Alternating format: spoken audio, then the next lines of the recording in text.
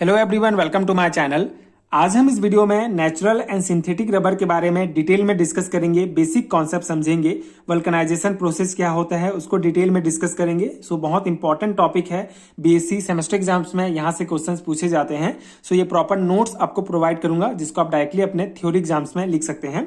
Natural rubber क्या होता है? Natural rubber is a natural polymer which is obtain from rubber trees in the form of milky shape known as latex. ठीक है। Natural rubber एक प्रकार का natural polymer होता है जिसको हम रबर के ट्री से प्राप्त करते हैं। रबर के ट्री से हमको एक जो है मिल्की शेप, ठीक है, दूधिया टाइप का जो है एक रस प्राप्त होता है जिसको लेटेक्स कहा जाता है। और इसी लेटेक्स से फिर हमको नेचुरल रबर प्राप्त होता है। ठीक है। जिसका कंपोजिशन होता है C5H8N। ठीक है। मतलब कि ये जो है हमारा आइसोप्रीन यूनिट है। It is made up of many isoprene unit. जो यहाँ पे N लिखा गया है इसका मतलब है कि बहुत सारे C5H8 जिसे आइसोप्रीन यूनिट कहा जाता है, जो है बहुत सारे आइसोप्रीन यूनिट जुड़े रहते हैं किसमें? हमारे नेचुरल रबर के कंपोजिशंस में। ठीक है।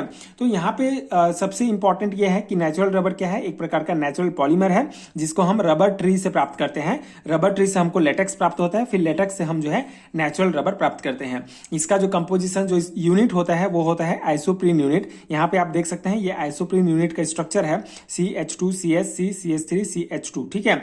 तो इस प्रकार से जब आइसोप्रीन यूनिट यहाँ पे क्या हो गया? हमारा मोनोमर हो गया। जब इसका पॉलीमराइजेशन प्रोसेस होगा, मतलब बहुत सारे मोनोमर आपस में जब जुड़ेंगे तो जो है हमको नेचुरल रबर प्राप्त होगा। ठीक है। यहाँ पे इस प्रकार से आप N लिखेंगे, मतलब कि बहुत सारे आइसोप्रीन यूनिट जो है आपस में जुड़ते हैं तो हमको नेचुरल रबर प्राप्त होता है। ठीक है। अब यहाँ पे हम लेटेक्स से नेचुरल रबर कैसे प्राप्त करेंगे? बेसिकली देखिए, हम जो है रबर का ट्री रहता है। रबर के ट्री में जो है एक जैसे ये रबर का ट्री हो गया तो इसमें जो है एक चीरा लगाया जाता है। उसके बाद इसमें कुछ बर्तन वगैरह रखा जाएगा। फिर वहां से जो है जो रस प्राप्त होगा, जो दूधिया कलर का रस होता है वो इकट्ठा होता है बर्तनों में। ठीक है। जिसे कहा जाता है लेटेक्स। अब ये जो लेटेक्स होता है इसमें 30 से 40% ही रबर रहता है, बाकी फिर जो है वाटर, प्रोटीन, शुगर ये सब रहते हैं। तो ये जो लेटेक्स में 3 से 40% हमारा रबर है उसको अलग करने के लिए हम इसको जो है वाटर मिलाते हैं इसमें। ठीक है। इसमें बहुत सारे वाटर मिलाएंगे। 1% जो है इसमें एसिटिक एसिड मिलाया जाता है। फिर इसको छान लिया जाता है। फिर छानने के बाद जो प्राप्त होता है उसको हम कहते हैं नेचुरल रबर। ठीक है। सिंपल बेसिक कॉन्सेप्ट समझ में आएगा आपको कि जो रबर का ट्री रहता है उसको उसमें चीरा लगाएंगे। उसके बाद हमको जो है उसका मिल्की शेप, ठीक है, एक दूधिया जो है रस प्राप्त होगा जिसको लेटेक्स कहेंगे। फिर लेटेक्स में 30 से 40% रबर रहता है तो उसको अलग करने के लिए हम उसमें 1% एसिटिक एसिड मिलाएंगे। फिर हम उसको छानेंगे तो हमको जो नेचुरल रबर प्राप्त होगा। तो ये जो नेचुरल रबर होता है इसमें अगर हम देखें तो इसका जो प्रॉपर्टीज है, इसका जो क्वालिटी है वो उतना अच्छा नहीं रहता है। तो इसके प्रॉपर्टीज को इनहेंस करने के लिए हम यूज करते हैं वल्कनाइजेशन प्रोसेस। ठीक है। तो वल्कनाइजेशन क्या होता है? It is a chemical process that involve heating natural rubber with sulphur to create cross link between polymer chains. ठीक है। तो बेसिकली जो वल्कनाइजेशन है एक केमिकल प्रोसेस होता है जिसमें नेचुरल रबर को सल्फर के साथ गर्म किया जाता है। ठीक है। इसको हीट किया जाता है नेचुरल रबर को सल्फर के साथ, जिससे एक क्रॉस लिंक पॉलीमर चेन जो है हमारा बनता है। And this enhance the properties of rubber making it more durable, elastic and resistance to environmental factor. ठीक है। तो ये जो प्रोसेस होता है जिसके बाद जो हमको जिसमें अगर हम सल्फर मिलाएंगे नेचुरल रबर के साथ, उसको गर्म करेंगे तो फिर जो रबर हमको प्राप्त होता है उसका जो प्रॉपर्टीज होता है, क्वालिटी होता है, बहुत ज्यादा होता है। वो ज्यादा ड्यूरेबल रहेगा, ज्यादा इलास्टिक रहता है। उसका जो इन्वायरमेंटल फैक्टर होता है उसके प्रति जो रेजिस्टेंस है, जो प्रतिरोध क्षमता है वो बढ़ जाता है। ठीक है। तो इसीलिए वल्कनाइजेशन प्रोसेस बहुत इंपॉर्टेंट है। सल्फर के साथ नेचुरल रबर को गर्म किया जाता है, उसी प्रोसेस को वल्कनाइजेशन कहा जाता है। And Charles Goodyear discover the vulcanisation process in 1839। ठीक है। 1839 में चार्ल्स गुडईयर ने इस प्रोसेस को जो है डिस्कवर किया था। यहाँ पे आप जो है ये स्ट्रक्चर बना सकते हैं। यहाँ पे देखिए बहुत सारे जो है आइसोप्रीन यूनिट को सल्फर के द्वारा जो है एक दूसरे से जोड़ा जाता है तो हमको प्राप्त होता है ये वल्कनाइजेशन प्रोसेस के बाद जो है हमको जो रबर प्राप्त होगा इसका फिर क्वालिटी बहुत ज्यादा होगा। ठीक है। ये ज्यादा ड्यूरेबल रहेगा, ज्यादा इलास्टिक एंड एनवायरमेंटल फैक्टर के प्रति ज्यादा रेजिस्टेंस शो करेगा। ठीक है। तो ये इस प्रकार से आप स्ट्रक्चर बना सकते हैं। सिंपल है। ये बहुत सारे आइसोप्रीन यूनिट आप बनाएंगे एंड उसको सल्फर के द्वारा जोड़ दिया जाएगा। ठीक है। तो ये हो गया हमारा नेचुरल रबर का बेसिक कॉन्सेप्ट। अगर आपको पूछा जाता है नेचुरल रबर क्या है तो आप ये बेसिक डेफिनेशन देंगे। आइसोप्रीन यूनिट से इस प्रकार से लिथियम की उपस्थिति में इसका पॉलीमराइजेशन प्रोसेस होगा तो हमको ये नेचुरल रबर प्राप्त होगा। ठीक है। ये एन लिखना बहुत इंपॉर्टेंट है क्योंकि यही दर्शाता है कि बहुत सारे आइसोप्रीन यूनिट जुड़े हुए हैं।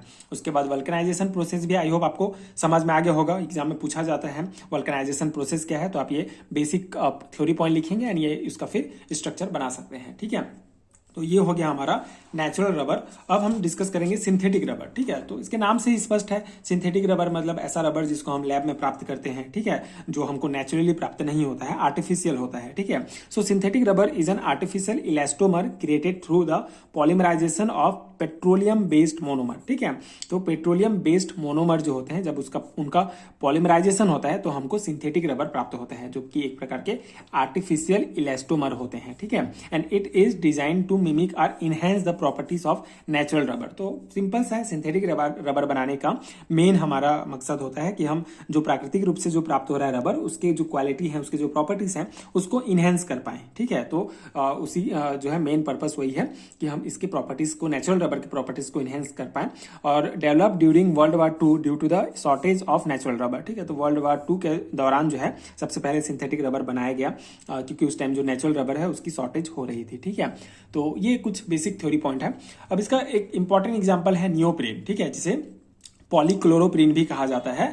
तो नियोप्रीन क्या है? It is a type of synthetic rubber prepared from chloroprene by polymerisation. अब जो नियोप्रीन है हम इसको पॉलीमराइजेशन प्रोसेस के द्वारा प्राप्त करते हैं, मतलब बहुत सारे क्लोरोप्रीन जो मोनोमर हैं वो आपस में जुड़ते हैं तो हमको नियोप्रीन प्राप्त होता है। तो पहले हम देखेंगे कि क्लोरोप्रीन कैसे प्राप्त होगा। ठीक है, तो बहुत सिंपल सा मैकेनिज्म है। देखिए, विनाइल एसिटिलीन हम लेंगे, विनाइल एसिटिलीन को HCl के साथ जब रिएक्ट कराया जाता है तो हमको क्लोरोप्रीन प्राप्त होगा। कैसे? देखिए यहाँ पर मैकेनिज्म समझिए, जब ये ट्रिपल बॉन्ड में एक बॉन्ड टूटेगा तो यहाँ पे पार्सली नेगेटिव चार्ज, यहाँ पे पॉजिटिव चार्ज आ जाएगा। और HCl में आपको पता है H+ एंड Cl- होता है। ठीक है, चार्जेस। तो ये जो H+ है ये इसके साथ जुड़ जाएगा, ठीक है, CH के साथ, तो ये CH2 बना लेगा। ठीक है, और ये जो Cl- है ये C के साथ जुड़ेगा तो ये क्या हो जाएगा? CCl हो जाएगा। तो C एज इट इज लिखना है, CH2 एज इट इज लिखेंगे, फिर CH, फिर C के साथ हम Cl को जोड़ देंगे और CH के साथ H को जोड़ देंगे तो ये CH2 हो जाएगा। तो ये हमको प्राप्त हो जाएगा क्लोरोप्रीन। ठीक है, तो इस प्रकार से हम विनाइल एसिटिलीन को HCl के साथ रिएक्ट करा के क्लोरोप्रीन प्राप्त करेंगे, जो हमारा नियोप्रीन बनाने के लिए क्या हो जाता है? मोनोमर। ठीक है, तो इस मोनोमर का जब पॉलीमराइजेशन होगा, मतलब बहुत सारे यूनिट्स क्लोरोप्रीन के जब आपस में जुड़ेंगे तब हमको प्राप्त होगा नियोप्रीन। ठीक है, यहाँ पे आप N लिखेंगे। ठीक है, तो मतलब कि बहुत सारे यूनिट जो है इसमें जुड़े हुए हैं, तो इस प्रकार से हम प्राप्त करते हैं नियोप्रीन, जिसे क्लोरोप्रोपिन भी, पॉलीक्लोरोप्रोपिन भी कहा जाता है। अब इसके प्रॉपर्टीज देखा जाए तो इट इज नॉन इनफ्लेमेबल। ठीक है, मतलब कि ये जो है ज्वलनशील नहीं होते हैं ना, मतलब जलते नहीं हैं। So it is resistant to the action of oil, gasoline, hydrocarbon, light, air and heat. ठीक है, तो ये जो है नियोप्रीन का प्रॉपर्टी है। तो ये बेसिकली गैर नॉन इनफ्लेमेबल होता है, गैर ज्वलनशील होता है, जो कि जो oil, gasoline, hydrocarbon, light, air, इन सबके जो एक्शन से उसके रेजिस्टेंस शो करेगा, प्रतिरोध होता है।